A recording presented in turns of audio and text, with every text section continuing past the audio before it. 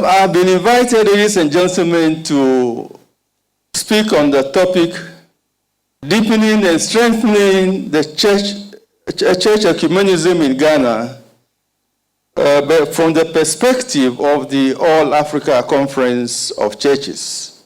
And I approach my presentation, I'll go with the introduction, the vision and mission of the All Africa Conference of Churches, the membership, the founding architecture, but I'll start by giving the historical context of ecumenism in Africa. That the All Africa Conference of Churches is the foremost ecumenical expression in Africa. While the genesis of the world ecumenical movement may be traced to Edinburgh, Scotland in 1910 and Stockholm in 1925 and Oxford in 1937, the cradle of the ecumenical movement in Africa started in 1956 in the Copper Belt region of Mindolo, Kitwe, Zambia. The All Africa Conference of Churches was established on 20th May 1963, just a month before the establishment of the then OAU. So actually, for some time, the AACC was addressed as the Ecclesiastical OAU.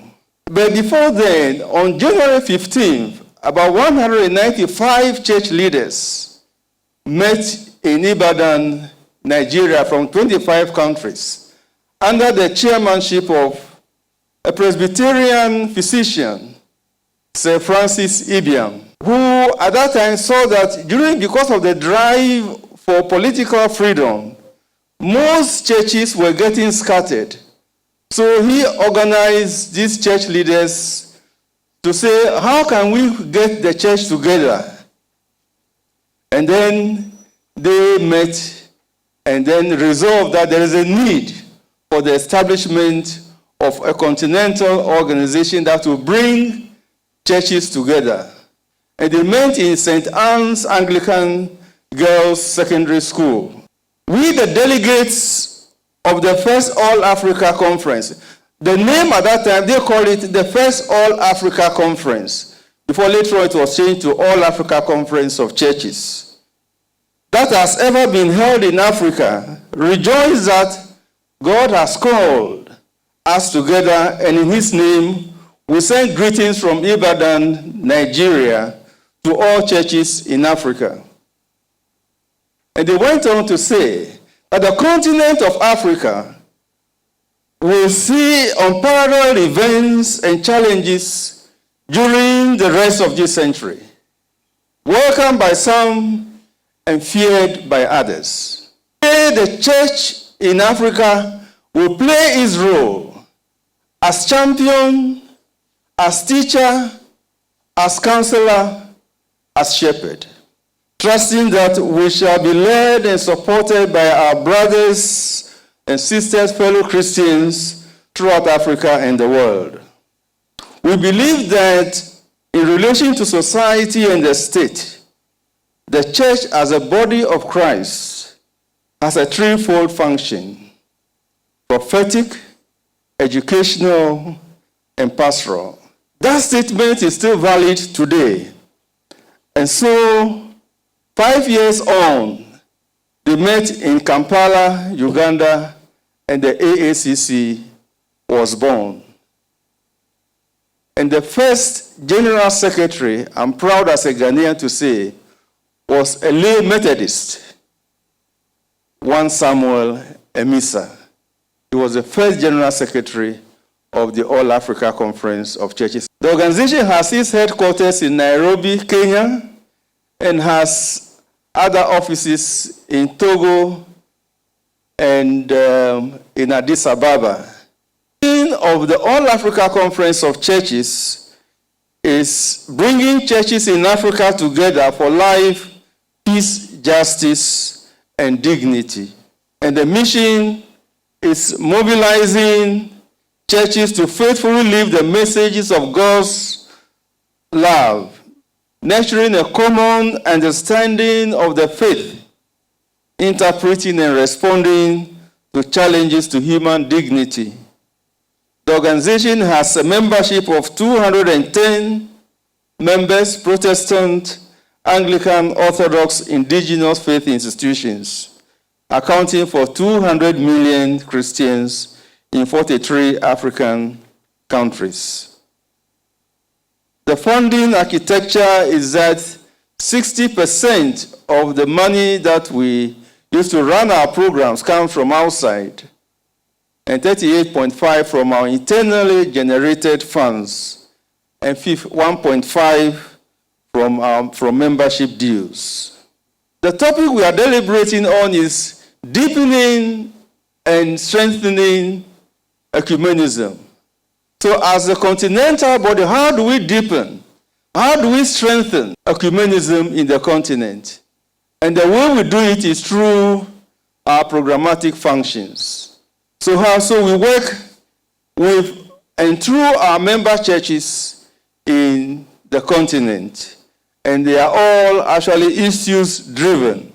So these are the thematic areas that we prosecute in the continent in an attempt to deepen and strengthen ecumenism in the continent. Theology and interfaith relations, gender, women and youth, peace, diaconia, development, social advocacy, networking and membership development.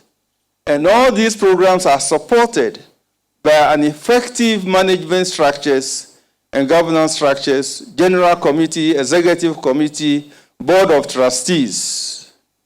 Under interfaith relations and ecclesial leadership, we build capacities of church leaders, because we have realized that if you have a bishop in a diocese who suddenly got elected as a bishop and has to be in charge of about 1,000 church bishops and clergy, how is he going, and then has to take decisions, how is he going to actually run the church? And we realize that, so we have been running this, and over the years, about 600 church leaders have actually benefited from this kind of training. Leadership, management, asset management, governance, and all that. Young theologians, how do we ensure that we have ecumenists among us, among the young theologians that we have? Misleading theologies all over the continent. We are aware of all the fake theologies that we have, because anybody today can become a preacher with all the names, and they are propounding all kinds of theologies. So we draw the attention of our church leaders to this. Then ethical leadership, and here I want to recognize the role that Reverend Dr. Ansah has played in the region on ethical leadership, in ensuring that we pursue ethical leadership in the continent. And then good governance, and as you see in the presentation in the end, effective asset management. You go around the continent, you see that the churches, apart from government, they are the second largest owners of land. But how are they managing their assets? And that also we do that. Then gender, women, this one cannot underestimate the need for us to build the capacities and highlight the issues of women and youth in the continent. And this is what we also do to strengthen our relationship with our member churches, that there's a need for us to address issues of domestic violence, the need to address the issue of the rise of women in the continent. We've done the research, and we try to highlight this issue, that pastors' wives, when the pastor dies, please take care of the wives of pastors. Then entrepreneurship for women and advocacy for the years I've said, that Africa, my home, my future.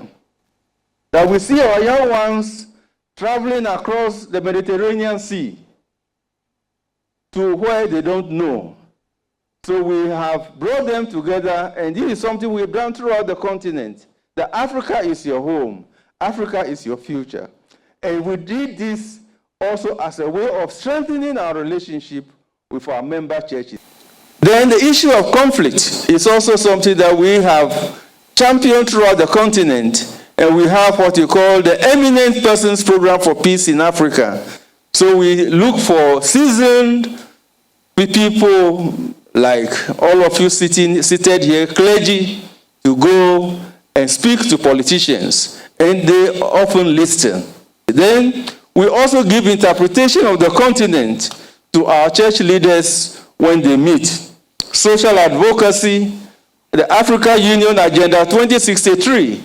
When this idea was mooted, they left the word ethical. So we went to the Africa Union using our observer status to say it should be. When they said peaceful, prosperous Africa, we said it's not complete. It should be ethical, peaceful, and prosperous Africa. We cannot have prosperous Africa if there is no ethics. Thank you. Then the issue of NEPAD, Africa Peer Review Mechanism. Then election monitoring. We said we should be proactive so that instead of waiting for elections to be held and there is conflict before we go to say, let us talk peace, we are proactive and we go to our member churches in the countries, and then we send election observers to participate in the election. And that is what we also do, and we are very proud to be doing that. Then we also create scholarship avenues for some of our churches. At times we do have scholarship offers for ministers to go to Israel for theological exposure and all that. We make that available to our members. And then we also accompany our member churches in times of conflict. There are challenges in deepening ecumenism. Theological differences, theological or divergent doctrinal beliefs. At times, the Lutherans and the Presbyterians, when we meet, we all tease each other. We say, no, this is not the way we do it at the Presbyterians. The Lutherans say, no, you don't do it this way. We have some of these theological differences. And then at times there are entrenched and vested interests. This at times prevents ecumenism. And then past conflict and competition for membership and lack of trust between church leaders. I thought it's necessary to also highlight that. And looking at the future, we must embrace unity, as said by the chair and the moderator. Then the Christian Council, the Cali Bishops Conference, the Ghana Pentecostal Council, very powerful bodies. They must meet regularly to pray for the nation, to pray on contemporary issues or to discuss on issues, share collaboration on issues, education like Trinity Theological Seminary, amplify joint witness, inspire the next generation, engage the youth, leverage the collective voice and influence of church to address national issues. Our leaders have a role. Deepen the teaching of ecumenism in our seminaries and theological institutions. In conclusion, I'll say the ecumenical movement in Africa has shown itself to be strong in the social engagement of churches, nations in Africa. It has demonstrated a united prophetic voice, speaking out for the voiceless in society and building bridges to communities through its member churches. On Christ's promise of fullness of life, John 10:10, over the last 60 years of its existence. That said, we should be concerned about the gradual growth in denominationalism and loss of the momentum of the 1960s and 70s for ecumenism. Perhaps after 60 years, we need to be thinking of reconfiguration of the ecumenical movement from the perspective of seminars and workshops to a real exchange of experiences between and among local churches as another forum of the one ecumenical movement conceived by our forebears. Thank you very much.